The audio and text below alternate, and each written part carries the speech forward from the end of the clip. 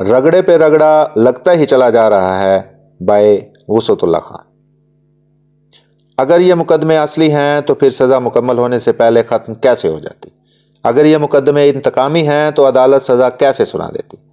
تو جس عدالت نے انہیں مقدمات میں پہلے سزا سنائی وہ انصاف تھا، یا جو عدالتیں اب انہی سزا یافتگان کو انہی مقدمات میں بری کر رہی ہیں وہ انصاف ہے؟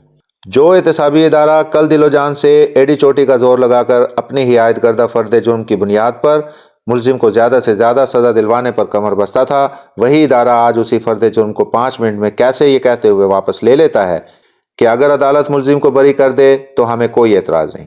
کیسے پتہ چلے کہ یہ ادارہ کل دباؤ میں تھا یا آج دباؤ میں ہے، یا کل بھی تھا اور آج بھی ہے؟ پس ثابت ہوا کہ کوئی شے قائم ہے تو وہ الادین کا چراغ ہے۔ سیدھا رگڑو تو ہر دروازہ کھلتا چلا جاتا ہے، چھینی عزت بحال ہو جاتی ہے، پیروں تلے سے کھینچا جانے والا سرخ قالین پھر سے خود بخود کھلتا چلا جاتا ہے۔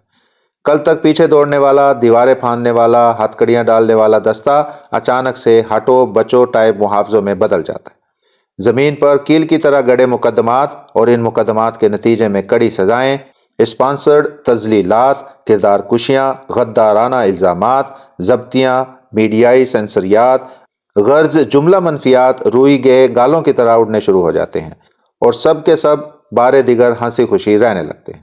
گویا ہماری ریاستی ڈکشنری میں عروج کی جدید تعریف یہ ہے کہ پکڑ دھکڑ اور آزادی کے درمیان وقفے کو عروج کہتے ہیں۔ یہی الادین کا چراغ الٹا رگڑا جائے تو دوڑتے اونٹ پر بیٹھے آدم کو بھی کتا کاٹ لیتا ہے۔ وہی انسان جسے قوم کی تقدیر بنا کے رائے عامہ کی منڈی میں جن سے نادر کے طور پر اتارا جاتا ہے، پلک جھپک کے وقفے میں قومی خطرہ، جنسی کجرو، مار پیٹ تحریک کا سرغنہ، فاشسٹ، اقربا نواز، جھوٹا، بدتمیز، ریاست کا باغی، کسی بھی اعلیٰ عہدے کے لیے انفٹ اور جنتا کو گمراہ کرنے والا قرار پاتا ہے۔ ایسے خوش قسمت بدقسمت کا مقدر وہی کال کوٹڑی بن جاتی ہے کہ جو خدا معلوم کب سے چراغ الادین کے زخم خوردگان کا مسکن ہے، اور اس کی سنگی دیواروں پر جلی حروف میں وقت کی نچڑی روشنائی نے لکھ دیا ہے: تم سے پہلے وہ جو ایک شخص یہاں تخت نشین تھا، اس کو بھی اپنے خدا ہونے پہ اتنا ہی یقین تھا۔ بس ثابت ہوا کہ جس کے پاس الادین کا چراغ ہے وہی تخت کو تختہ اور تختے کو تخت بنانے پر قادر ہے۔ چاہے تو کٹ پتلی میں حرکت پیدا کر دے، نہ چاہے تو اسی کٹ پتلی کو گودام میں رکھوا دے۔ فرض کریں جس کے پاس آج یہ چراغ ہے، اس سے اگر کوئی چھین لے تو کیا ہم اس منحوس چکر ویو سے نکل آئیں گے؟ ہرگز نہیں۔ جس کسی کے پاس یہ چراغ ہوگا وہ اسے اپنے پسندیدگان اور ناپسندیدگان اور پسماندگان کے لیے رگڑے گا، اور اس کی بھی یہی خواہش ہوگی کہ سب کے سب کٹ پتلیاں بن کر چراغ کی لو میں ناچیں اور انکار کریں تو اندھیر گودام میں پھینک دیے جائیں۔ یعنی چراغ کی اپنی کوئی سرشست نہیں۔ مظلوم کے ہاتھ لگ جائے تو اسے ظالم بنتے دیر نہیں لگتی، چھن جائے تو مظلوم بنتے دیر نہیں لگتی۔ اب ذرا ہمارے فیصلہ سازوں کی انفرادی اور اجتماعی لفظیات ملاحظہ فرمائیے۔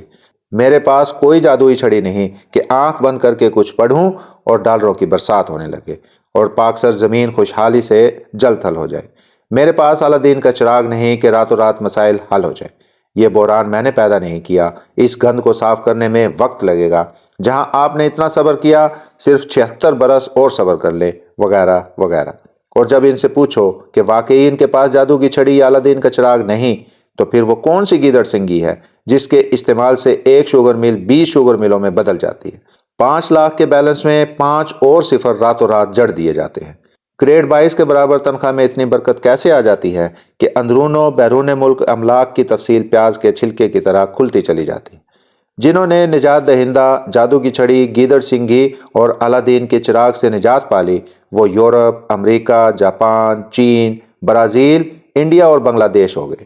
ہم کیسے نجات پائے اس چراغ سے جسے ہم نہیں بلکہ وہ ہمیں رگڑے جا رہا ہے، اور رگڑے پہ رگڑا لگتا ہی جا رہا ہے۔